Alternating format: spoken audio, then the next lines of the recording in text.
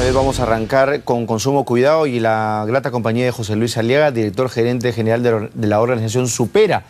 El tema ahora es claves para lograr un ascenso. Usted dirá que todo depende de la decisión del empleador, pero no necesariamente es así. Hay una serie de criterios a título personal, individual, que cada profesional, cada persona, colaborador de una organización, pues tiene que tomar en cuenta. ¿Cómo está, José Luis? Buenas noches, Gracias. un gusto, como siempre, que nos acompañes. Muchas gracias, Mario. ¿Hay tips para lograr ascensos o, digamos, siempre hemos pensado, bueno, va a depender pues del rendimiento, de la mejora de la organización, de la compañía, para que efectivamente una persona sea considerada en un ascenso? Yo creo que sería interesante analizar el perfil, por ejemplo, de los gerentes generales. Porque en todo caso, quien quiere ascender quiere llegar a la cúspide de la Así cima. es. Entonces, cuando uno analiza, por ejemplo, a Warren Buffett, que es uno de los mejores inversionistas del planeta, él siempre habla acerca de 3 condiciones que debe reunir un gerente general, un CEO o un presidente de compañía. Creo que son las piezas fundamentales a las cuales hay que poner atención. La primera es honestidad.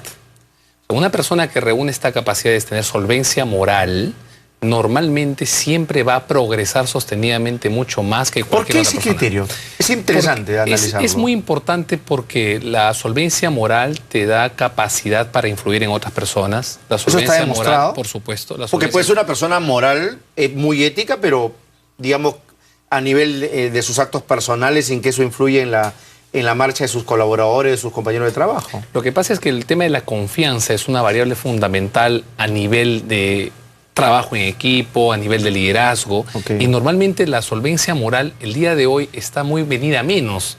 Y muchas personas creen incluso que la solvencia económica es más importante que la solvencia moral. La reputación de una persona. Bajo ese punto de vista, una persona, por ejemplo, que las existen en varias organizaciones, dispuesta a todo con tal de salir adelante, digamos, incluso pisando derechos, honras o otros criterios para los compañeros, evidentemente no es bien considerado. En mi experiencia estamos hablando de una persona que asciende y se sostiene.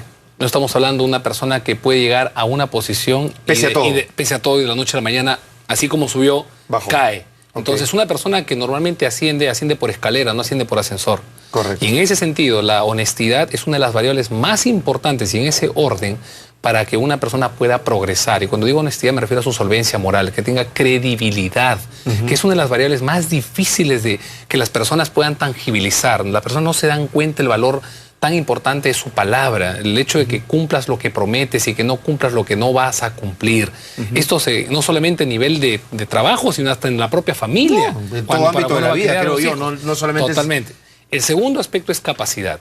O sea, no solamente basta con que yo sea honesto, sino que tengo que ser capaz. Y cuando digo capaz, competente, me refiero a 3 cosas en particular. Número 1, que seas capaz, competente de desarrollar el trabajo al cual se te asigna. 2, que siempre pongas el interés común por encima del interés individual. Es una de las características, por ejemplo, yo creo que es la clave, que más se necesitan hoy en día para que una persona pueda progresar. No hay empresa en la cual no vaya el día de hoy donde el presidente de la compañía nos diga, ¿sabes qué? Lo que yo necesito acá es que la gente comprenda que más importante que preguntarse qué es lo que la compañía puede hacer por ti, es qué puedes hacer tú por la compañía. Ya lo dijo John F. Kennedy, no preguntes qué es lo que tu país puede hacer por ti, sino pregunta qué puedes hacer tú por tu país. Entonces, y finalmente, dentro de este tema de capacidad o competencias está el tema de comunicación o habilidades de persuasión. Probablemente sea una de las variables más importantes hoy para poder progresar. Increíblemente, las personas que más progresan normalmente tienen estas 2 características. Tienen gran capacidad y gran habilidad de comunicar.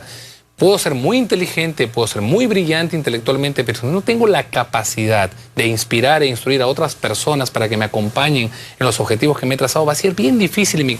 Mi liderazgo va a estar muy limitado y no voy a poder de repente acceder a posiciones donde se demanda mucha capacidad de influencia. Y finalmente, la tercera característica de estas personas que más progresan, en nuestra experiencia, es que tienen gran amor por el trabajo. En otras palabras, son gente apasionada. Hace poco estaba reunido con un notable ejecutivo de IBM y se hizo un estudio a nivel mundial de cuál es la competencia número 1 de todos los líderes que han destacado en IBM. Y si alguien conoce IBM, conoce la historia de Lou Gerstner, que transformó a IBM, él descubrió que la característica común, el mínimo común denominador de todas estas personas que hicieron esta gran transformación fue la pasión. En otras palabras, una persona que no es apasionada en su trabajo, que no disfruta lo que hace, es bien difícil realmente que logre progresar y ascender, porque no es nunca una persona que aporta más valor del que normalmente se ¿Cuál es el espera? límite o el umbral que puede a veces ser muy fino entre la persona apasionada por su trabajo y el workahólico? O sea, digamos, en la industria norteamericana, sobre todo, bueno, en la cultura empresarial americana, el workahólico ha empezado a ser mal visto ya como un elemento pernicioso para las organizaciones. Totalmente. Eso no era así hace 15, 20 años.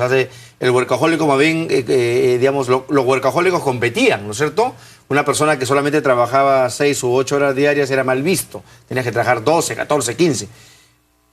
¿Cómo se diferencia entre el apasionado y el workahólico? A ver, el apasionado en principio no es una persona que trabaja por el simple hecho de trabajar 8, 10, 12 horas, sino es una persona que disfruta mucho lo que hace. Y disfruta mucho lo que hace justamente porque tiene otros aspectos claves de su vida en orden también. Existen algunos criterios fundamentales cuando uno analiza una persona. Por ejemplo, hay un principio que feliz en el hogar, feliz en el trabajo. No conozco una persona que no sea realmente disfrute hacer las cosas que hace si es que no tiene ese blindaje familiar. Entonces, una persona que logra balancear de alguna forma no solamente su trabajo, sino su salud, su vida familiar, sus finanzas, otros aspectos trascendentales de su vida, es una persona que vive más en paz y consecuentemente esa pasión que tiene encendida no se apaga. Hay personas que viven apasionadas durante, no sé, 5 o 7 años hasta que de repente, tipo Tiger Woods, que de repente le fue muy bien apasionado en el mundo profesional hasta que le ocurrió algo que lo hizo decantar, o la historia de Mike Tyson. Todos los grandes líderes que han logrado progresar sostenidamente han tenido su punto de inflexión hacia abajo. Ahora, yo veo todos los requisitos o las características y son bichos raros.